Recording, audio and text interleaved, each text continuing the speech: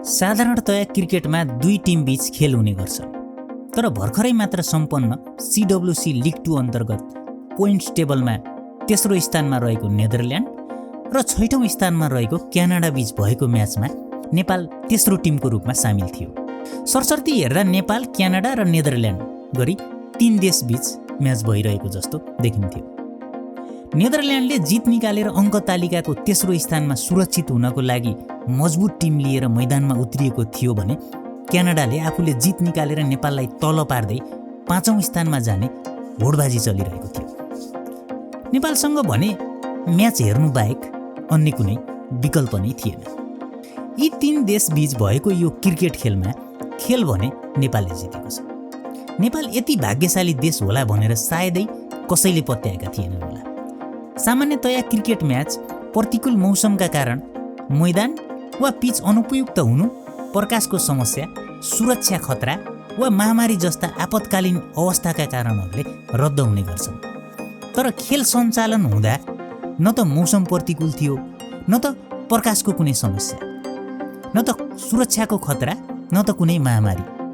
तर खेल 4 ओभर सकिँदा अम्पायरले खेल रद्द भएको घोषणा गरिदियो। यो खेल रद्दसँगै नेदरल्यान्डको तेस्रो स्थानमा जरो गाड्ने सपना र क्यानाडाको नेपाललाई 6औं स्थानमा झारी आफू 5औं स्थानमा बस्ने सपना सबै तुइएको छ।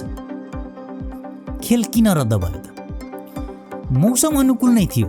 दुई देशबीच 11 पटक भएका खेलहरूमा 10 पटक जित निकालिसकेको नेदरल्यान्ड यस पटक पनि सजिलै जित निकाल्ने लक्ष्यसहित टस जितेर ब्याटिङ गर्ने निर्णय गर्यो र मैदानमा छिर्यो पनि। क्यानाडा पनि त्यति कमजोर देखिएको थिएन। पहिलो ओभर लिएर आएका कलिम सानाले आफ्नो पहिलो ओभरमा मात्र 4 रन खर्चे र दोस्रो ओभर लिएर आए अखिल कुमार। उनको पहिलो ओभरको दोस्रो बलमा नै उनले म्याक्स ओडौडलाई 0 रनमै पभिलियन फर्काइदिए। क्यानाडाको लागि खेल सकारात्मक नै गइरहेको थियो, तर पिचले भने अस्वाभाविक रूप देखाइरहेको थियो। खेल 4.1 ओभर पुग्दासम्म पिचले यति धेरै अस्वाभाविक व्यवहार देखाउन थाल्यो कि बल धेरै नै बाउन्स भइरहेको थियो।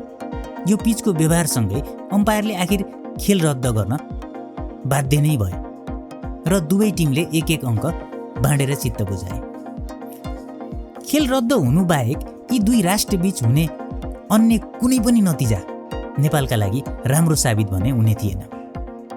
क्यानाडाले जित निकाल्यो भने नेपाललाई क्यानाडाले अङ्क तालिकामा 6औं नम्बरमा झार्थ्यो भने नेदरल्यान्डले जित निकाल्न सफल हुन्थ्यो भने उसको अङ्क अझ मजबुत हुन पुग्थ्यो र अब नेपालसँग हुने सिरिजमा नेदरल्यान्ड थप साहसका साथ प्रस्तुत हुने पक्का-पक्की थियो।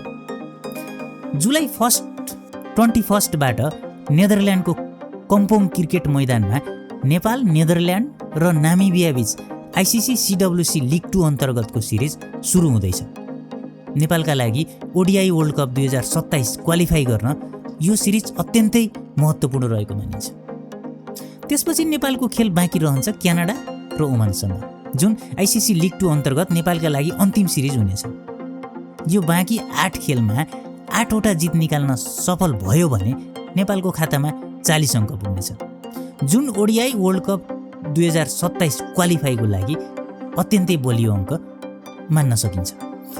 आशा गरौँ नेपालले अब हुने ICC CWC लिग 2 अन्तर्गतका बाँकी रहेका 8 खेलहरूमा 8 वटै खेलमा जित हासिल गर्दै ODI विश्वकपको मैदानमा प्रवेश गरोस्। हाम्रो धेरै शुभकामना। तपाईँको विचारमा नेपालले बाँकी 8 खेलमध्ये कति खेल जित्न सक्छ त? कमेन्टमा आफ्नो धारणा अवश्य लेख्नुहोला। भिडियोलाई लाइक र क्रिकेट सम्बन्धी यस्तै जानकारीका लागि च्यानललाई सब्स्क्राइब गर्न नभुल्नुहोला भन्दै म यो भिडियोबाट बिदा हुन्छु। नमस्कार। तपाईँको समय शुभ रहोस्। जय नेपाल, जय क्रिकेट।